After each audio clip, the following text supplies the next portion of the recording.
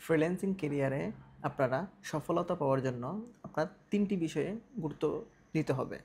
1 নম্বর হচ্ছে আপনার স্কিল, 2 নম্বর হচ্ছে কমিউনিকেশন, 3 নম্বর হচ্ছে ধৈর্য। এই 3টা বিষয়ে আপনাদের গুরুত্ব দিতে হবে।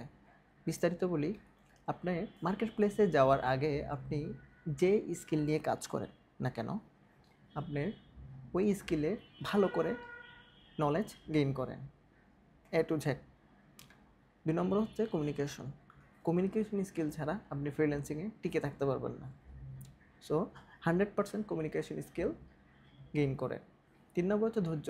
আপনার স্কিল আর কমিউনিকেশনের পরে সবচেয়ে কঠিন কাজ হচ্ছে ধৈর্য ধরা।